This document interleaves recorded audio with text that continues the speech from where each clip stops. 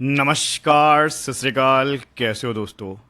स्वागत करता हूं आपके अपने ही यूट्यूब चैनल फैंटेसी हीरो में, जिसमें हम आज एनालाइज करेंगे मैच नंबर 2032, जो कि होगा दिल्ली के वेन्यू पे। दिल्ली मेज़बानी करेगी और अवे टीम रहेगी राजस्थान रॉयल्स। दोस्तों, इस वीडियो में हम हर चीज़ डिटेल में डिस्कस करेंगे, और जैसे कि किस प्लेयर के कैसे स्टैट्स हैं जब वो इस वेन्यू पे खेले हैं या आमने सामने खेले हैं। साथ ही साथ अभी रिसेंट फॉर्म क्या है। 6 मैच राजस्थान खेल चुकी है और 5 मैच दिल्ली खेल चुकी है, तो उस बेसिस पे भी देखेंगे कि इस आईपीएल में कैसा फॉर्म है, क्योंकि फॉर्म जो है ना वो सबसे बड़ा पैरामीटर है। उसके बाद फिर आपका हेड टू हेड या वेन्यू, ठीक है। सेंटिमेंट्स और जो फॉर्म होता है वो यूजली मतलब काफ़ी क्लोज रहता है, क्योंकि जैसा आप परफॉर्म कर रहे हो करंटली, लोगों का सेंटिमेंट्स भी उसी हिसाब से बढ़ता करता रहता है। जो अच्छा दिख रहा है परफॉर्म करता हो उसको लोग ज़्यादा सेलेक्ट करते हैं, जिसका परफॉर्मेंस ख़राब है उसको लोग कम सेलेक्ट करते हैं। तो वो जो पहली और जो आखिरी टेबल होती है हमारी, सेंटिमेंट्स प्लस करंट फॉर्म, वो काफ़ी तक आपको सिमिलर दिखेगी, लगभग वही ऑर्डर दिखेगा, थोड़ा बहुत ऊपर नीचे होगा। लेकिन जो मेजर है, जो डिफरेंशियल जहाँ से निकल के आते हैं वो होते हैं हेड टू हेड या वेन्यू रिकॉर्ड्स, ठीक है। तो इन सारी चीज़ों पे डीप एनालिसिस होगी, और इस एनालिसिस के लिए जो सबसे ज़्यादा हेल्प हमें करता है वो हमारा इन हाउस टूल है, ठीक है। एक एआई ड्रिवन टूल है जिसमें data of each and every player who have played T20, right.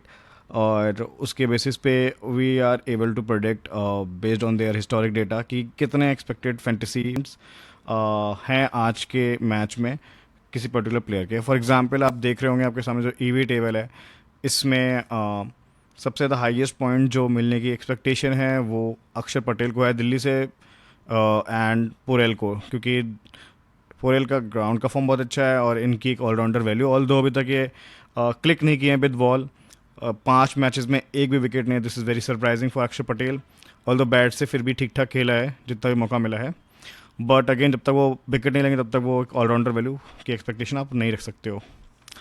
Similarly Rajasthan से कहीं ना कहीं जो टॉप ऑर्डर है उनका, उसको अच्छे पॉइंट्स मिलने की उम्मीद है, प्लस हसरंगा को भी, क्योंकि हमने देखा लास्ट मैच में जो दिल्ली में हुआ था, दिल्ली वर्सेस मुंबई, उस पर स्पिन को बहुत ज़्यादा हेल्प थी, तो हम क्वालिटी स्पिनर्स को भी बैक करेंगे। टेलीग्राम चैनल ज़रूर ज्वाइन कीजिएगा, बिकॉज फाइनल टीम वहीं पे मिल पाएगी आपको। कोई ना कोई चेंजेस हो जाते हैं और उसके बेसिस पे आपको फाइनल कॉम्बिनेशन वहीं पे देना पॉसिबल है। उसके लिए नया वीडियो बनाना बहुत ही इम्पॉसिबल है आधे घंटे के अंदर। तो उससे जुड़े रहिएगा, और उसमें मैं पिच रिपोर्ट, क्या प्लेइंग कॉम्बिनेशन है, पिच क्या पिच कंडीशन है, स्पिनर ज़्यादा लेने हैं, पिचर ज़्यादा लेने हैं, ज़्यादा बैटर्स भरने हैं, ज़्यादा बॉलर भरने हैं, ये सारी चीज़ें वहीं पे जो डिस्कस होती हैं, जो हम फाइनल स्ट्रेटजी बनाते हैं। और जो फाइनल टीम होती है उससे मैं खुद भी खेलता हूँ, मेरे चैनल की टीम में भी सेम रहती है। तो आप टोटली रिलाई कर सकते हो हेड टू हेड और स्मॉल लीग के लिए।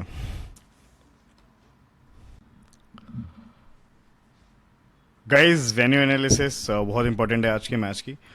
तो ग्राउंड छोटा है, हम सभी ने देखा, लेकिन एक चीज़ और देखी कि भाई स्पिन को बहुत विकेट्स मिल रहे हैं। दोनों इनिंग में स्पिन को काफ़ी अच्छे विकेट मिले। पहले इनिंग में 4 विकेट मिले, जिसमें 2 कुलदीप के थे और 2 बेसिकली विपराज निगम के थे, एक मुकेश का आया था। 5 विकेट का ये ब्रेकअप है। सेकंड इनिंग में जब 10 के 10 विकेट गिरे डीसी के, यानी मुंबई की टीम ने गिराए थे, उसमें वो एक सब्स्टिट्यूट लेके आए थे, करण शर्मा, जिनको वो पहली बार लेके आए। करण शर्मा एक लेग ब्रेक गुगली बॉलर हैं, और उन्होंने भी 3 विकेट ले लिए थे। तो मतलब स्पिनर इस गेम में आएंगे, तो दोनों टीम के जो क्वालिटी स्पिनर्स हैं उनको बैक करके चल सकते हैं हम, ठीक है। एक तो ये इनसाइट है। दूसरा, वेन्यू हाई स्कोरिंग रहेगा तो अच्छे बैटर्स भी भरने हैं। तो अब थोड़ा सा यहाँ पे अच्छे बॉलर वर्सेस अच्छे बैटर्स का ट्रेड ऑफ लेना would be the main tip, और main I would say trick to do well in this game, right. इस वेन्यू पे देखा जाए तो खुद का, यानी डीसी का जो होम ग्राउंड है, उसमें उनका रिकॉर्ड यार बहुत बेकार है, मैं बोलूँगा। 46% मैच जीते हैं केवल, ये देखिए आपके सामने। 85 में सिर्फ 39 विन है यार, 40 विन्स भी नहीं है, तो ये थोड़ा सा कंसर्निंग है। और जैसा कि हमने ट्रेंड देखा इस आईपीएल में कि होम लेग का या होम मैच का पहला जो मैच है हर टीम हार के आ रही है, तो दूसरा मैच वो जीत के भी आ रही है। ये ईडन गार्डन में हुआ, यही आपका गुवाहाटी में हुआ था, ठीक है, इवन यही अहमदाबाद में भी हुआ है। ठीक है। एंड वानखेड़े में भी यही हुआ है, वानखेड़े में भी पहला मैच मुंबई हारी है। तो उस लिहाज से मुझे लगता है आज डीसी थोड़ा सा जीत सकती है क्योंकि सेकंड मैच लगभग हर होम टीम जीती है अपना। ठीक है। अब यहाँ पे डिफेंडिंग बायस्ड वेन्यू तो डीसी अगर टॉस जीत के या टॉस हार के भी बैटिंग फर्स्ट की पोजीशन में आ जाती है तो काफ़ी हद तक मतलब हम 80% ले सकते हैं डीसी के फेवर में, 20% आरआर के। और अगर आरआर जीतती है तो मैं बोलूँगा थोड़ा सा 60-40 बन जाएगा। ये मेरी प्रोडिक्शन है मैच के रिजल्ट्स को लेके। तो थोड़ा सा डीसी फेवर है just because of logic, not कि मैं डीसी का डाई हार्ट फैन हूँ इसलिए। अच्छा, अब इस ग्राउंड पे स्कोर आप आराम से यार 200 के आसपास का एक्सपेक्ट कर सकते हो, स्पेशली अगर डीसी बैटिंग पहले करती है एंड इवन आरआर भी करती है, तब भी वो भी आराम से यार 180 से ऊपर ही बनाएंगे, इतनी बेकार बैटिंग नहीं है उनकी। दोस्तों इस ग्राउंड पे जैसे हमने देखा एक ही मैच हुआ, उस मैच के जो हीरो रहे थे वो हैं करुण नायर। इस बंदे को भाई मौका मिला जस्ट बिकॉज कि फाफ दू प्लेसेस मैच में अवेलेबल नहीं थे, इंजरी कंसर्न है शायद। और इनको जो पहला मौका मिला उसमें उन्होंने 89 रन मारे। और देखने लायक बात ये थी कि मैंने इनकी पूरी इनिंग देखी थी, दो तीन चीज़ें नोटिसेबल हैं। बुमराह जैसे टॉप नॉच पेसर को उन्होंने बहुत अच्छे से मारा था, छक्का छक्का चौका 3 बॉलों पे उन्होंने मारा था, 3 बॉलें डॉट खेली थी। वहाँ से दिख गया कि भाई कितने अच्छे टच में है, बहुत प्यारी नॉक थी। उसके अलावा इन्होंने शुरुआत में जो चहर की बॉल जो खेली थी ना, दूसरी बॉल, वो भाई पूरा ऐसे यॉर्कर बॉल थी। वो जिस अंदाज में डिफेंड किया था, मैं वो बॉल देख के समझ गया था कि आज करुण नायर कुछ करने वाला है, और उसने किया। अब आज के मैच में क्या वो रिपीट हो सकता है, हम देखेंगे। लेकिन एक दो चीज़ें हैं, इनके एक दो मैचअप हैं जो मुझे डिस्टर्बिंग लग रहे हैं। वो मैचअप को ये पार कर जाएं तो ये आज भी अच्छा खेल सकते हैं। और चलो 89 ना सही 49 बना दें, 39 बना दें, बट फ्लॉप ना हो बस। तो फ्लॉप होने की उम्मीद इनकी नहीं लग रही है, फिर भी मुझे ठीक ठाक खेल सकते हैं आज भी। अभिषेक पोरेल ने भी इनका अच्छा सा साथ दिया था, क्योंकि जेएफएम तो भाई पहली बॉल पे ऐसे प्यारा सा कैच दे के बैठ गए थे। तो जेएफएम भाई का तो फॉर्म ही नहीं आ रहा। डीसी के तरफ से खेलते हुए उन्होंने इस ग्राउंड पे इतना खेला है और ये उनका फेवरेट ग्राउंड है। यहाँ पे उन्होंने अपने आप को अनाउंस किया था 2023 में, और अब भाई वो बंदा अपनी सारी शक्तियाँ भूल चुका है। ठीक है। तो अब इस मैच में उसको अपनी शक्तियाँ याद आएंगी नहीं आएंगी वो तो बात की बात है, लेकिन जिन्होंने इस मैच में अच्छा खेला था उसमें बैटिंग से ये 3 नाम दिख रहे हैं आपको। ठीक है। केएल राहुल भी फ्लॉप हुए थे, मात्र 15 रन का योगदान दिया था, लेकिन बाकी ये तीनों ने बैटिंग से अच्छा किया था। ऑल दो टीम हार गई थी, लेकिन जो देखने वाली बात थी, नोटिस करने वाली बात थी, वो थी करुण नायर। करुण नायर की ज़्यादा चर्चा हुई है रादर देन अमाई की विन की। ये एक बहुत इंटरेस्टिंग फैक्ट है। तो देखते हैं ये कैसे अपने इस अनाउंसमेंट को और आगे बढ़ाते हैं, इस टूर्नामेंट में इस कैंपेन को कैसा ले जाते हैं। विकेट से जैसे कि मैंने बोला स्पिन को हेल्प थी, तो दो दो विकेट मिले थे विपराज एंड कुलदीप को, एक विकेट मिला था मुकेश को। ये दोनों ही फ्रेंचाइजी काफ़ी पुरानी है। ठीक है। इनफैक्ट सीजन 1 से ही खेल रही हैं। 29 टाइम्स आपस में इनका मुकाबला हुआ है। 14 बार जीती है दिल्ली और 15 बार जीती है राजस्थान। काफ़ी कांटे की टक्कर है। बट इस ग्राउंड पे थोड़ा सा दिल्ली का पलड़ा भारी है। 9 में से उन्होंने 6 मैच जीते हैं और इन्होंने सिर्फ 3 मैच जीते हैं। तो यहाँ पे कहीं ना कहीं दिल्ली ज़्यादा एज कर रही है।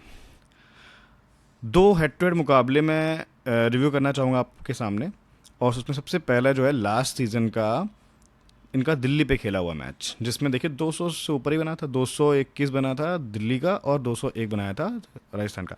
तो मतलब दोनों टीमें 200 बनाने का कुब्बत रखती हैं, गुद्दा रखती हैं। प्रॉब्लम ये है कि यहाँ पे डिफेंस बायस थोड़ा वेन्यू रहा है अभी तक के ट्रेंड में, और अभी पहला मैच भी डिफेंड हुआ है, तो थोड़ा सा वही डिफेंडिंग बायस्ड ही रहेंगे आज भी हम। यहाँ पे अभिषेक पोरेल की बहुत अच्छी इनिंग आई थी 65 की। जेएफएम जो फ्लॉप चल रहे हैं उनकी भी अर्थ लगाया था। स्टब्स की 41, मुकेश के 2 विकेट, कुलदीप के 2 विकेट, अक्षर पटेल का 1 विकेट। संजू सैमसन ने जवाबी कार्रवाई में काफ़ी अच्छा खेला था यार 86, बट जिता नहीं पाई टीम को, अलग बात है। 27 रन की पारी पराग की भी आई थी। शुभम दुबे जो एज अ सब्स्टिट्यूट प्लेयर आ सकते हैं आज, क्योंकि उन्होंने इस ग्राउंड पे हमेशा अच्छा खेला है और हेड टू हेड में उनकी एक इकलौती इनिंग है 25। संदीप शर्मा का 1 wicket. Jofra Archer last season available नहीं थे, इंजर्ड थे।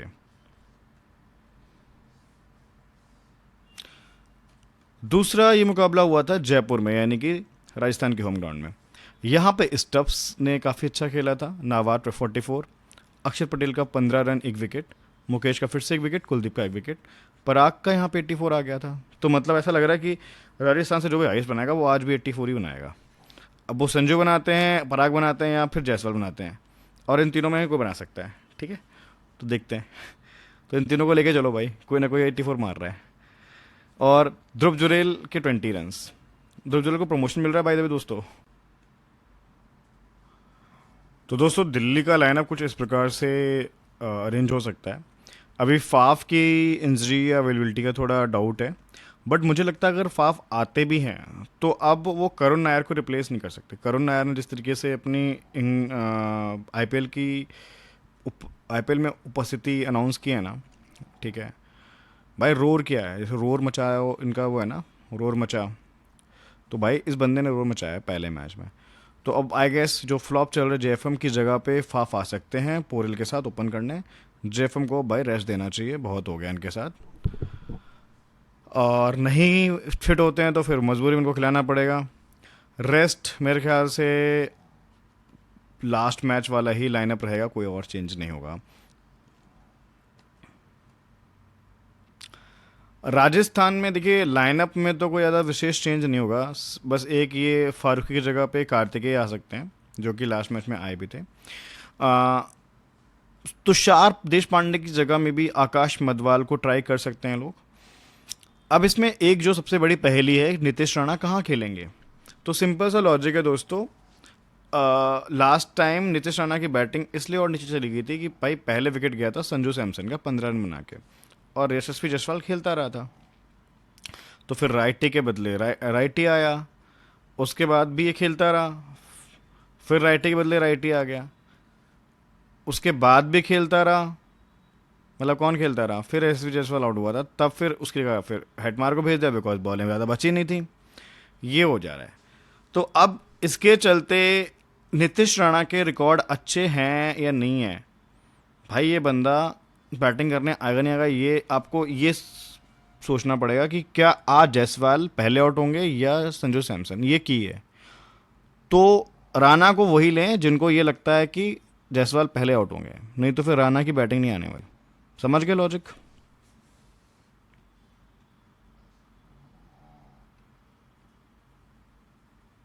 फॉर्म एक बार रिव्यू कर लेते हैं, ये बहुत इंपॉर्टेंट है बिकॉज इसके बेसिस पे आपकी 50 to 60% टीम डिसाइड हो जाती है। बाकी 3-4 प्लेयर आप लेते हो बेस्ड ऑन हिस्टोरिक डेटा या पंट जो भी लेना होता है। यशस्वी जायसवाल के भाई अब टोटल हाईएस्ट पॉइंट हो चुके हैं। ठीक है, ये जो आज की टीम अपने पास अवेलेबल है ना, उसमें जितने बंदे खेल रहे हैं, इन्होंने स्टार्ट किया था एक मिस से, 1 रन बनाया, उसके बाद थोड़ा हिट करना शुरू किया, फिर मिस हो गए, फुस हो गए, उसके बाद फिर उन्होंने तगड़ी हिट मारी, फिर ये मिस हुए, और लास्ट मैच में एकदम तगड़ा हिट मारा, हाईएस्ट मारा। तो अब तक इनकी हो तो चुकी है 2 हाफ सेंचुरी, लेकिन जिस पैटर्न पे जा रहे हैं मुझे लगता है अब आज इनका मिस का चांस है। ठीक है, बस पैटर्न बोल रहा हूँ, मेरी कोई प्रोडिक्शन नहीं है। अच्छा, के एल राहुल ने 2 अच्छी इनिंग खेली हैं भाई, और इनको 4 मौके मिले हैं, और 2 बारी उन्होंने 15 मारा जब फ्लॉप हुए। तो आज देखिए इनके साथ ना, दिल्ली में पता नहीं क्यों इनके साथ ऐसा है कुछ कि इनका एक भी 50 भी नहीं है यार, हाईएस्ट ही कुछ इनका होगा 25-26 के आसपास। ये कंसर्न है कि के एल राहुल को ये ग्राउंड ज़्यादा रास नहीं आया है, जबकि ग्राउंड बहुत छोटा है, जिस आपके ये शॉट मारते हैं भाई, ये बंदा चलना चाहिए। तो या तो स्पिन नहीं खेल पा रहे हैं, तो अगर सामने कोई ढंग के स्पिनर का इनके साथ मैचअप है तो ये आज भी बहुत ज़्यादा बड़ी इनिंग नहीं खेल पाएंगे, ये आप समझ लीजिए। लेकिन हेड टू हेड है भाई, बहुत पेरा है इनको, राजस्थान को बहुत मारा है इन्होंने, तो सेफ तो है, लेकिन CBC थोड़ा सोच के बनाएंगे अपन, है ना। संजू सैमसन का फॉर्म ठीक ठाक चल रहा है, लास्ट मैच में ज़रूर बहुत ही फ्लॉप दिख रहे थे यार, और जो आउट हुए थे ना वो आउट ऑफ प्रेशर आउट हुए थे। वो चाहते थे बॉल और ले लेते यार, क्या दिक्कत थी, आगे बढ़ के मार दिया और पीछे देखी नहीं, बॉल चली गई भाई। तो वो मारने चक्कर में आउट हुए थे अपनी गलती से, क्योंकि प्रेशर फील कर रहे थे यार, रन नहीं लग रहे। बट भाई वैसे बंदे ने अच्छा किया है अब तक के टूर्नामेंट में, कोई ज़्यादा फेलियर्स नहीं है, एक ये तरह के फेलियर को छोड़ दें तो ठीक ठाक खेला है। कुलदीप भाई साहब, wicket wicket wicket, lowest wicket उसका 1 विकेट है एक मैच में, बाकी 3 2 2 2 दो का पाड़ा पड़ रहे हैं और आज भी इनको 2 विकेट मिल जाएंगे, बड़ी बात नहीं है, पिच से हेल्प है और सामने मैचअप भी ठीक ठाक है। रियान पराग का मैं बोलूँगा पहले मैच की फेलियर के बाद बंदे ने एक सम्मानजनक स्कोर बनाया और हर मैच में ड्रीम टीम में रहा है, तो ये भी एक टॉप नॉच फॉर्म में है और हेड टू हेड में इनका 84 है, बट जयपुर पे है। विपराज निगम का भी यार एक मैच को छोड़ दें तो बाकी सब में उन्होंने विकेट लिया है और जब मौका मिलता है तो चौके छक्के मारना जानते हैं। मिचेल स्टार्क शुरुआत के 3 अच्छी मैचेस के बाद लगातार 2 फेलियर्स हैं। आज मैक्सिमम 1 विकेट की उम्मीद कर सकते हो आप। ध्रुव जुरेल, अब इनको जब प्रमोशन मिला तो उन्होंने फिर से अच्छी पारी खेली, वैसे इनकी 3 फेलियर हो गई थी, तो इनका वही है कि अगर इनको 5 में छठे तक बैटिंग मिल जाती है तो ये अच्छा कर लेंगे। शिमरॉन हेटमायर को लास्ट में ज़्यादा मौका भी नहीं मिला, वैसे उन्होंने एक 50 मार रखी है, एक 42 मार रखी है, ठीक ठाक खेले अब तक का इनका टूर्नामेंट बढ़िया गया। आर्चर पहले 2 मैच फेलियर, फिर बीच के 3 मैच अच्छा किया, लास्ट मैच में विकेट लेस गए। अब आज देखते हैं, मैचअप्स तो हैं और इनके रिकॉर्ड भी अच्छे हैं हेड टू हेड के। लेट्स सी ये कितने विकेट ले जाते हैं। स्टप्स का भी टूर्नामेंट अच्छा गया, लास्ट मैच में फेल हुए केवल।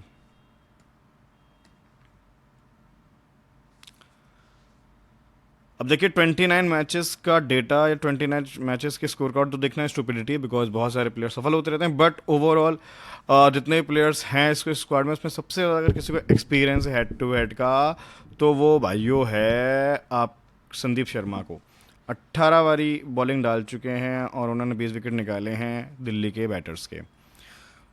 उसके अलावा फाफ डू प्लेसेस का बहुत अच्छा एक्सपीरियंस है, अगर ये खेलते हैं तो बहुत अच्छा एक्सपीरियंस बोल सकते हैं। 4 हाफ सेंचुरी 32 की एवरेज है, ठीक है। संजू सैमसन ने भी 18 मैच खेले हैं, 2 हाफ सेंचुरी 22 की एवरेज है और बिहाइंड द विकेट भी ठीक ठाक कीपिंग ही है। नीतीश राणा जो थोड़े से साइडलाइन हो जा रहे हैं because of batting order strategy, 4 half century हैं इनकी भी हेड टू हेड, और यही डेटा देख के लास्ट मैच में भी मैं भाई पगला गए थे हम और ले गए थे, लेकिन बैटिंग नहीं आई और जब आई तो उन्होंने पहली ओवर में चौका मारा, तो मतलब टेस्ट में तो अच्छे हैं। तो दुआ करो कि अगर आपको नीतीश राणा ले जाना है तो जायसवाल को फ्लॉप कराओ, इनकी बैटिंग का डायरेक्ट लिंक है जायसवाल के आउट होने से। कुलदीप यादव ने 10 मैचेस में 11 विकेट लिए हैं, अक्षर पटेल ने 16 मैचेस में सिर्फ 14 विकेट लिए हैं और रन्स तो कुछ मारे ही नहीं हैं। स्टफ्स को 2 ही मौके मिले हैं और दोनों ओवर उन्होंने 40 प्लस किया है, चाहे बैटिंग फर्स्ट हो चाहे सेकंड हो, और सेकंड में तो नाबाद भी गए हैं। ऑल्दो ये जयपुर की इनिंग है और ये वाली दिल्ली की है, तो ये बंदा आज चल रहा है अच्छा खासा। मुकेश कुमार 3 में 5 विकेट। आर्चर छोटा सैंपल सेट है बट देखो विकेट लेस नहीं गए, इनका विकेट छोटा सैंपल सेट है बट 7 विकेट, तो हेड टू हेड में आर्चर के रिकॉर्ड अच्छे हैं। जायसवाल का देखिए अब यहाँ पे एक अच्छी इनिंग है फर्स्ट में और एक 34 की इनिंग है सेकंड बैटिंग में, बाकी फेलियर्स ज़्यादा हैं। मज़ा आ जाएगा अगर आज ये फिर से फेल हो जाते हैं, क्योंकि मैं इनको सीबीसी नहीं कर रहा, लेना पड़ेगा यार, पीयर प्रेशर है। रियान पराग की भी 2 हाफ सेंचुरी हैं, ऑल्दो 19 की एवरेज है और 1 विकेट भी लिया है इन्होंने। केएल राहुल को कैसे भूल गए हम भाई, इस बंदे की 1 नहीं 2 नहीं 7 हाफ सेंचुरी हैं और सबसे तगड़ी एवरेज है, ठीक है। बस ग्राउंड के रिकॉर्ड थोड़े और अच्छे होते ना तो भाई ये डिफॉल्ट सी था, बट वीसी फिरने लायक तो आज भी है। आप देखिए दोस्तों इस ग्राउंड पे किसने झंडे गाड़े हैं, तो सबसे ज़्यादा जो झंडे गाड़ने का अवसर मिला था वो मिला था संजू सैमसन को ही, और इन्होंने गाड़े भी हैं भाई। 5 हाफ सेंचुरी 25 की एवरेज, नॉट बैड। उसके बाद सबसे ज़्यादा एक्सपीरियंस है आपके बापू को, पटेल साहब, 2 हाफ सेंचुरी के ग्राउंड पे हैं, 19 विकेट हैं, ग्राउंड के रिकॉर्ड ठीक ठाक हैं, एवरेज भी अच्छी है। संदीप के भी देखिए 17 में 18 विकेट हैं, तो संदीप मुझे लग रहा है विकेट लेस तो नहीं जा रहे आज। करुण नायर का बहुत अच्छा एक्सपीरियंस है, 20 मैचेस का एक्सपीरियंस है यहाँ पे, 596 ऑलमोस्ट 600 रन, 30 के एवरेज से 5 हाफ सेंचुरी, हैंड्स डाउन भाई। ये बंदा अगर जोफ्रा को ढंग का खेल गया, अच्छी पारी आप एक्सपेक्ट कर सकते हो, ठीक है। अब जेएफएम देखो वैसे तो इस ग्राउंड को बहुत पसंद करते थे, 84 बनाया, 50 बनाया, 65 बनाया, लेकिन पता नहीं क्यों इस सीजन चल नहीं रहा। पुरेल साहब का एक्सपीरियंस भी इस ग्राउंड पे अच्छा है, 32 की एवरेज, 2 हाफ सेंचुरी। स्टप्स का 7 मैचेस में 1 हाफ सेंचुरी है। और 19-26 की एवरेज है। मुकेश के 13 में 15 विकेट हैं, ग्राउंड पे रिकॉर्ड अच्छा है। मिचेल स्टार्क का ग्राउंड पे ठीक ठाक है यार, 2 में 3 विकेट, सिंपल साइड छोटा है। फाफ डू प्लेसेस जो शायद खेलें अगर ठीक ठाक हैं, तो इनका भी ग्राउंड रिकॉर्ड इज अमेजिंग, 33 की average, 2 half century. Kuldeep Yadav 17 में 19 विकेट। रियान पराग 8 मैचेस में 2 हाफ सेंचुरी, 28 की एवरेज। ये जो वेन्यू वाली टीम है ना भाई, मैं बोल रहा हूँ इसमें से मैक्सिमम प्लेयर लेना, कोई प्लेयर ना छोड़ना। जेएफएम पे रिस्क ले लो, ठीक है, लेकिन बाकी प्लेयर्स पे मेरे को लग रहा है कि बहुत सेफ टीम मिल रही है यहाँ से हमें, ठीक है। जोफ्रा इसमें और ऐड कर लेना, क्योंकि ऑल द ग्राउंड का एक्सपीरियंस शायद कम है या नहीं अच्छा है, लेकिन हेड टू हेड अच्छा है। यहाँ से आपको काफ़ी सेफ प्लेयर मिल गए। मार्केट कह रहा है भाई केएल को उठा लो, रियान पराग को उठा लो, जायसवाल को उठा लो, संजू को उठा लो, कुलदीप को उठा लो। भाई सबको उठा लो। अब जिसको नहीं उठाना है, जिसको निकालना है, वो मैं अपनी आखिरी टीम में बता दूंगा लास्ट स्लाइड में, तब तक थोड़ा इंतज़ार करो। लेकिन मैं एक चीज़ में बता रहा हूँ भाई, अगर मैं जीएल वाला प्लेयर होता, मैं जीएल खेलने वाला प्लेयर होता, तो मैं इनको ड्रॉप करके चलता आज जिस हिसाब से इनका पैटर्न बन रहा है, और राणा को ले जाता है इनकी जगह। बस एक ये टिप दे रहा हूँ, बाकी आपको जो टीम बनानी बना लो। हमने इतनी सारी एनालिसिस कर ली, 4 एस्पेक्ट पे हमने एक प्रायोरिटी बनाया 11-11 प्लेयर का, ठीक है। इसमें से हमें चारों लिस्ट में ये 4 नाम हमें देखिए, हर लिस्ट में इनको छोड़ने का पाप मत करें, वरना फिर पछताना पड़ सकता है। एट ए स्मॉल लीग में ऐसा मुझे लगता है। स्टब्स को लोग रिस्क लेंगे, बट मैं बोलूँगा कि मत लीजिएगा, स्पेशली बैटिंग सेकंड में, बिकॉज बैटिंग सेकंड में ज़्यादा विकेट गिरते हैं, इनकी बैटिंग आने के पूरे आसार हैं और अच्छी बैटिंग करने के भी आसार हैं। अब जिनका वेन्यू रिकॉर्ड या तो अच्छा नहीं है या फिर अवेलेबल नहीं है, वो ये 3 प्लेयर हैं, बट हेड टू हेड में भाई धमाल बचाया हुआ है। इस बंदे को तो छोड़ना ही मत, इसको भी मत छोड़ना भाई। लेता है तो फिर लगातार 2 या 3 विकेट लेता है, और देखिए लगातार अभी 1-2 मैचेस से विकेट नहीं लिए हैं, तो अब ये आज इनका 2 से 3 विकेट आने वाला है। जायसवाल ये हेड टू हेड इनका अच्छा है, इसीलिए इनको सेफ में रखना पड़ेगा। जीएल में इनको ड्रॉप कर रहा हूँ बेस्ड ऑन पैटर्न। अब जिनका हेड टू हेड रिकॉर्ड बहुत अच्छा नहीं है, वो ये दोनों बंदे, इनका तो अवेलेबल ही नहीं है, पहली बार बिड़ेंगे, और इनका कुछ खास है नहीं, ठीक है।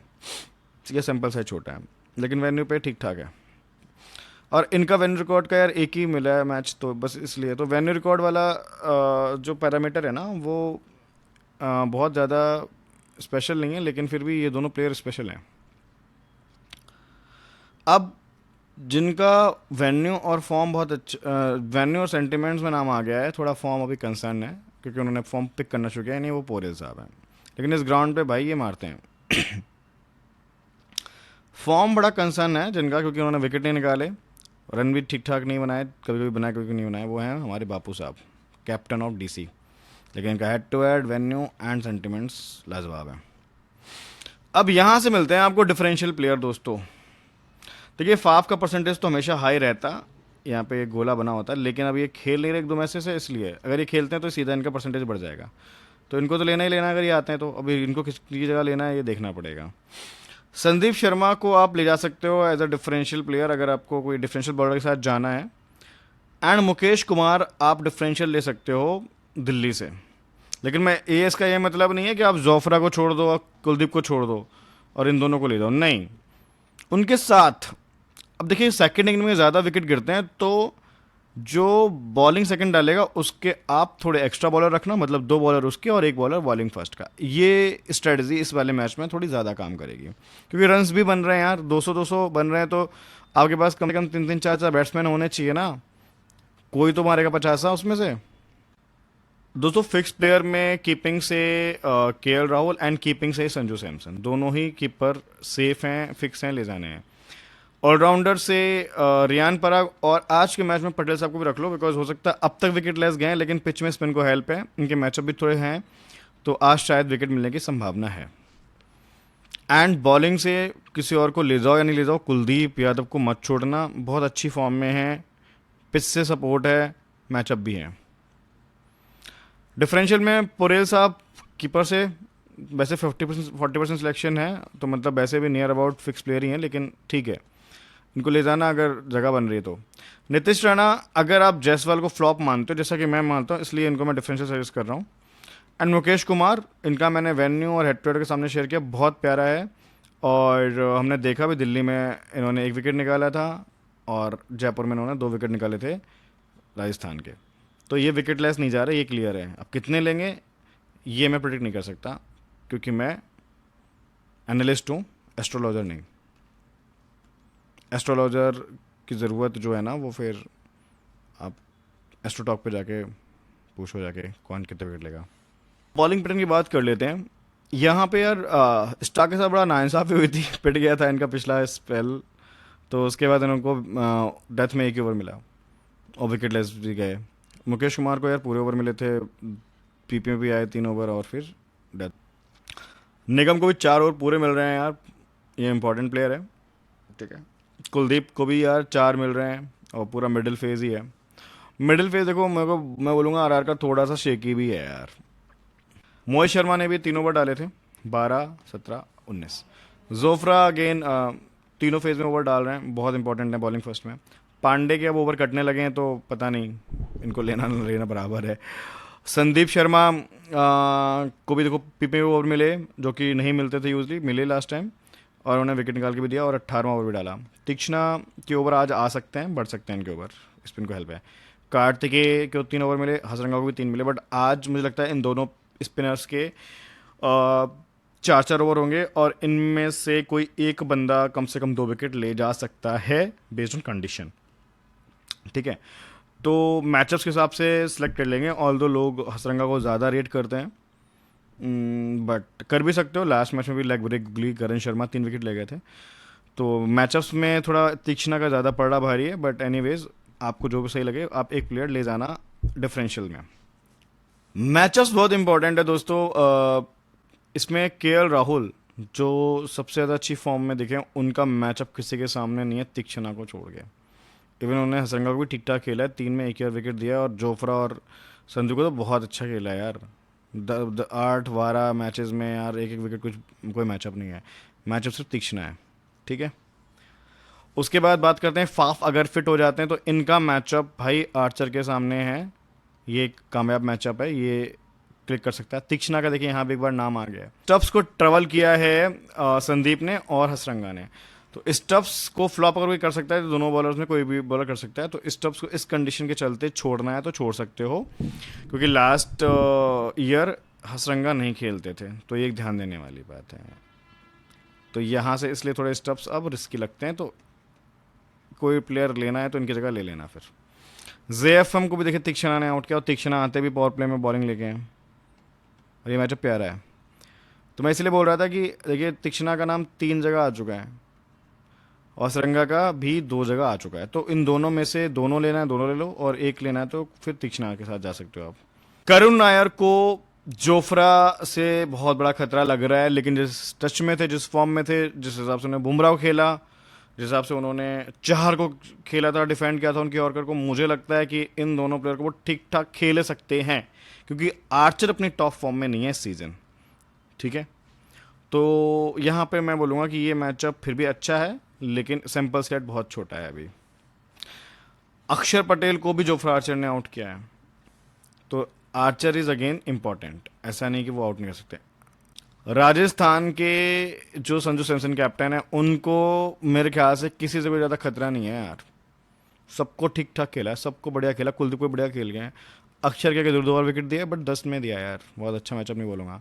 जायसवाल को मुकेश से खतरा है, और मुकेश आते हैं पीपी में, बस इसलिए बोल रहा हूँ। आज मैं वैसे प्रिडिक्शन नहीं देता, लेकिन मुझे पता नहीं, गट फील लग रही है यार, जायसवाल जल्दी आउट होंगे आज पीपी में, और हो सकता है मुकेश या फिर मोहित इनका विकेट ले जाएं, जो भी पावर प्ले में बॉलिंग डालते हैं, ठीक है। कोई विकेट स्टार्क भी उड़ा सकते हैं, कोई बड़ी बात नहीं है।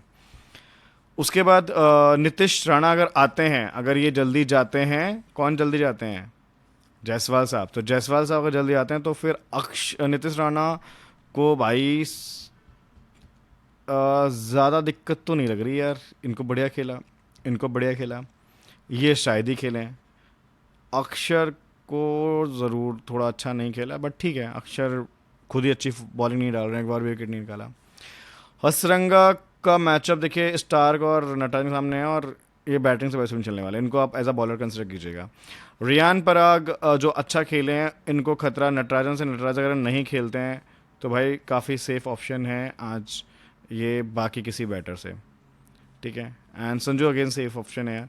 हिटमायर को सेफ मत नहीं मान रहा मैं वैसे, क्योंकि ये स्पिन के आगे थोड़ा वीकनेस है इनकी। कुलदीप या बिपराज के आगे ये अपना विकेट फेंक सकते हैं, ऑल दो मैचेस में उनके नाम ज़्यादा नहीं है, एक ही बार आया। बाकी तो कोई प्लेयर है नहीं यार, बाकी से किसी के ज़्यादा मैचअप है नहीं। शुभम दुबे अगर खेलते हैं तो वो पंट हो सकते हैं, उनके मैचअप वैचअप कुछ नहीं है। ठीक है दोस्तों, अब एक बार और ये देख लेते हैं, उसके बाद सीधा टीम देखते हैं। अच्छा, अब जैसा कि मैंने बोला कि होम पे ये दिल्ली का दूसरा मैच है, तो दूसरा मैच टीम जीती है तो दिल्ली को बैक कर सकते हैं। और दिल्ली की ओवरऑल स्ट्रेंथ अच्छी है, स्क्वाड स्ट्रेंथ अच्छी है, उनके बॉलर्स फॉर्म में, उनके बैटर्स फॉर्म में। बस उनके खुद कप्तान ही फॉर्म में नहीं है यार, कप्तान ने कुछ नहीं किया अभी तक, बैटिंग से भी कुछ खास नहीं किया और बॉलिंग से भी विकेट नहीं निकाला। तो अक्षर पटेल के अलावा सभी फॉर्म में दिखे मुझे तो। अच्छा देखिए, कीपिंग से मैं तीनों ही रख रहा हूँ, पोरेल को भी रख रहा हूँ बिकॉज यार ओपन कर रहा है बंदा, उसके पास बहुत अपॉर्चुनिटी है आज अच्छा करने की। कुछ खास मैचअप भी नहीं मुझे दिखे। करुण नायर खेलते हैं तो इनको लेना ज़रूरी है। अगर फाफ फिट होते हैं तो फिर फाफ आ जाएंगे, फिर वहाँ पे करुण नायर को सेक्रीफाइस करना पड़ेगा। और या फिर जैसे स्टब्स का भी हमने मैचअप देखा, क्योंकि इनके head to head win record अच्छे हैं, तो इस चलते स्टब्स पे एक क्वेश्चन मार्क है। अब यहाँ पे मैं एक भी स्पिनर नहीं ले पाया हूँ, किसका, राजस्थान का। तो इनकी जगह तीक्ष्णा या हसरंगा ले सकते हैं, बिकॉज इनका मैचअप स्पिनर्स के आगे ही है। रियान पराग फिक्स हैं, अक्षय पटेल फिक्स हैं, और बिपराज निगम मेरा पंट है based on his recent form, ठीक है। ऑल दो अब पंट नहीं कह सकते, 60% सिलेक्शन है, ठीक है। तो अगर इनकी जगह आपको किसी एक्स्ट्रा प्लेयर को लेना है, आप ले सकते हो, या फिर हसरंगा ले सकते हो। हसरंगा को यार मैं इसलिए थोड़ा पिक नहीं कर पा रहा हूँ, उनका इस सीज़न कुछ बहुत अच्छा फॉर्म नहीं लिखा। एक मैच में जरूर उन्होंने 4 विकेट निकाले थे, लेकिन आज ग्राउंड बहुत छोटा है, दिल्ली बहुत बेहतर टीम है, ठीक है। चेन्नई के आगे विकेट निकालना कोई बड़ी बात नहीं थी, चेन्नई तो सबको विकेट दे रही है। दिल्ली के आगे 4 विकेट नहीं मिल रहा उनको, एक विकेट के लिए फिर मैं स्पॉट नहीं खराब करना चाह रहा। मुझे जिनसे 2 विकेट की उम्मीद है मैं उनको ज़्यादा प्रेफरेंस दे रहा हूँ। कुलदीप यादव मस्ट हैव है, और Jofra Archer only in bowling first. Second भी आप कंसिडर कर सकते हो, लेकिन मुझे यहाँ पे मुकेश का बलिदान देना पड़ रहा है। तो दिल्ली को अगर बैक कर रहे हो तो फिर थोड़े बॉलर उनके ज़्यादा भरना। और हसरंगा, तीक्ष्णा, ये सब मतलब लेने इनमें से कोई एक प्लेयर, तो आपको फिर विपराज निगम की जगह या स्टब्स की जगह लेना पड़ेगा। करुण नायर को यार जिस हिसाब से उन्होंने खेला है भाई, छोड़ते नहीं बन रहा। पहला मैच खेल के बंदा सीधा 37% सिलेक्शन पे आ गया, तो भाई कुछ तो बात है इसमें। जायसवाल यार मुझे बहुत रिस्की लग रहे हैं आज के मैच में, मेरा मन नहीं है इनको लेने का, सही बताऊं तो इनको ड्रॉप करने का रिस्क ले सकता हूं मैं, लेकिन सिर्फ जीएल में। स्मॉल में यार पता क्या है, ये बंदे कोई स्मॉल बाउंड्रीज पसंद आती हैं, और ये बंदा हिटर है, तो खेल सकते हो। लेकिन बस पैटर्न जैसे बोल रहा हूँ यार, एक फेलियर, एक मिस, एक हिट, ऐसे चल रहा है इनका। और मैचअप है इनके ठीक ठाक, तो ये कोई लंबी पारी की उम्मीद नहीं। मुझे बस इतना पता है ये कितने भी रन मारेंगे, लेकिन संजू सैमसन से पहले आउट होंगे, बस एक ये मेरे को गट फील आ रही है, ठीक है। ये आप बस प्रिडिक्शन मान लो, कुछ भी मान लो। तो इसलिए आज मुझे लगता है राना भी ऊपर बैटिंग करने आएंगे, तो जेल वाले राना भी ट्राई कर सकते हो इनकी जगह। बस ये कुछ चेंजेस आपके सजेस्ट कर रहा हूँ मैं। रेस्ट यार सेफ टीम तो यही रहेगी, और कैप्टनसी मैं इस बार संजू सैमसन को दे रहा हूँ, एनी केस, चाहे बैटिंग फर्स्ट हो चाहे सेकंड हो, ठीक है। क्योंकि इनके मैचअप कुछ खास नहीं लगे, कीपिंग से वैल्यू है। केएल राहुल को वीसी इसलिए because head to head is amazing, but चौथे नंबर बैटिंग करने आ रहे हैं, ऊपर से इस ग्राउंड पे कुछ खास नहीं किया। इनके पास ज़्यादा अपॉर्चुनिटी रन मारने की, इनके पास थोड़ी कम है, क्योंकि इनके पास जो टॉप 3 भी है ना, जैसे उसमें जेफी फ्लॉप होते हैं मोस्टली, और अगर फाफ आ गए उनकी जगह तो भाई इनकी बैटिंग ही बहुत ज़्यादा नहीं आने वाली आज, ये टॉप 3 इनका काम कर देंगे, ऐसा भी हो सकता है। उस केस में स्टफ्स भी फिर लेना कोई यूजलेस लग रहा है। अगर फाफ खेलते हैं तो स्टफ्स भी ज़्यादा बॉलें नहीं मिलेंगी उनको,